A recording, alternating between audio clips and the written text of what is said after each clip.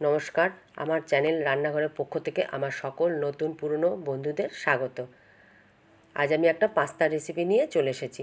আজ আমি white sauce cheese pasta রান্না করেছি। তোমরা দেখতে থাকো কীভাবে আমি রান্নাটা করেছি।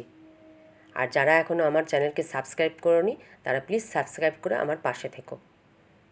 আমি কীভাবে এই পাস্তা রেসিপিটা করেছি দেখো। প্রথমে কড়াই গরম করে জল নিয়ে দিয়েছি, একটু নুন আর একটু তেল দিয়ে জলটা ভালো করে গরম করে আমি 1 বাটি পাস্তা ফুটতে দিলাম। ভালো করে সেদ্ধ করে নেবো। আমি 80% মতন সেদ্ধ করে নেব। দেখো আমার পাস্তা সেদ্ধ হয়ে গেছে। এবার একটা স্ট্রেনারে পাস্তাটা দিয়ে জলটা ছেঁকে নেব। পাস্তাটা ঠান্ডা হতে দিলাম। এদিকে আমি হোয়াইট সস তৈরি করব। তার জন্য একটা কড়াইয়ে আমি 1.5 থেকে 2 চামচ বাটার দিয়ে দিলাম। বাটারটা ভালো করে মেল্ট করে নিয়ে আমি চেলে রাখা 2 চামচ ময়দা দিয়ে দিলাম।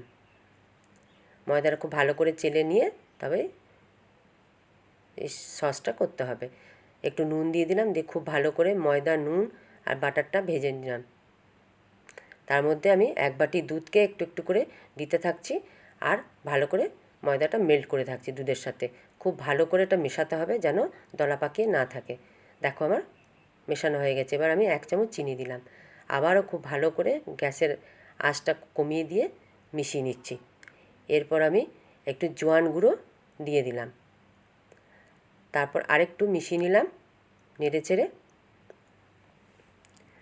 এরপর আমি ড্রাই রোস্ট করা পুদিনা পাতাগুলো দিয়ে দিলাম।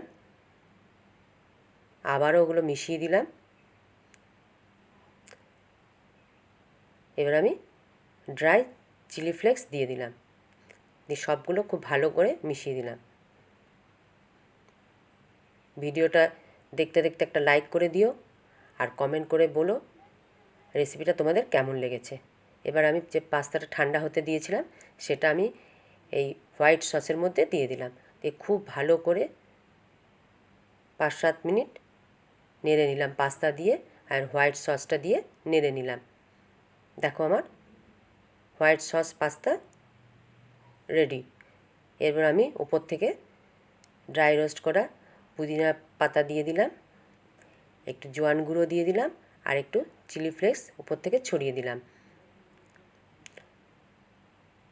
সবশেষে আমি চিজ উপর থেকে পুরো পাস্তাটার উপরে ছড়িয়ে দিচ্ছি।